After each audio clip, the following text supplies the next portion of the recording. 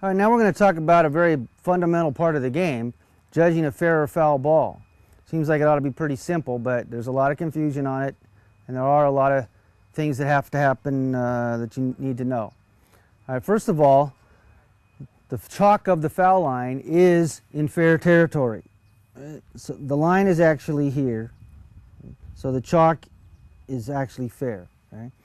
Now the rule is if any part of the ball is over any part of the line, the ball will be fair.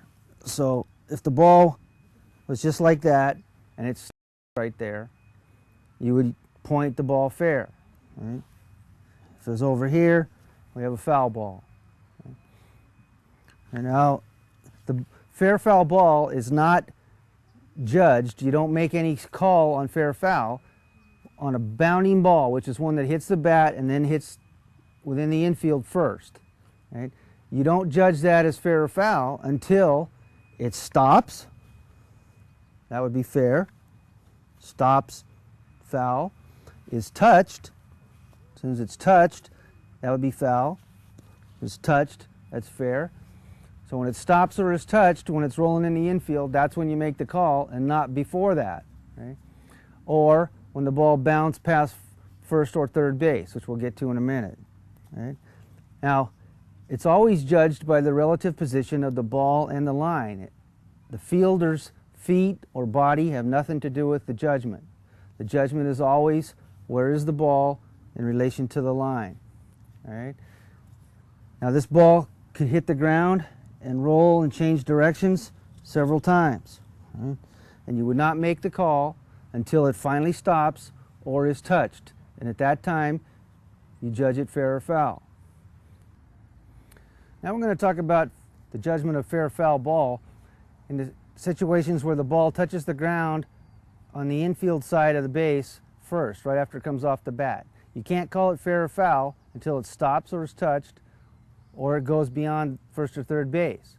Now, it's ruled by where the ball crosses the base. So the ball could actually touch down in foul territory, and with a lot of spin on it, it comes up and goes over the base and lands on the other side of the base.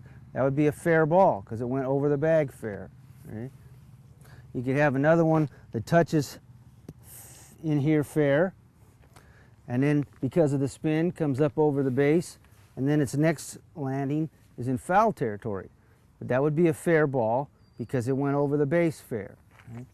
Now for balls that first touch the ground beyond first or third base, meaning that they came right off the bat and the first time they touched the ground was here, you would rule it by where it is when it hits the ground.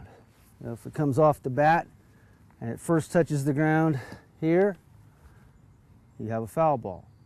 So if it touches the ground, you have to wait until it goes past the bag or is touched. If it first touches the ground out here, you don't have to wait. You call it immediately. Okay, now we're going to give some examples of the fact that it's where the ball is in relation to the line, and it has nothing to do with the position of the fielder. You have to judge where the ball was when it's touched. Right? So we're going to give an example here where he touches the ball, and then it goes in one side of the field and it falls to the other. So here's one where he's going to touch it in fair territory, and it's going to fall foul. Here we go. Okay, that would be a fair ball because he touched it over fair territory. Where it eventually landed is irrelevant to the call. You call it as soon as he touches it. All right, here's one where he's going to be in foul. He's going to touch it foul and knock it into fair. All right, that's a foul ball because he was over foul territory when he touched the ball. Now we're going to have one where his body is in foul territory, but he touches the ball in fair territory. All right, that's a fair ball.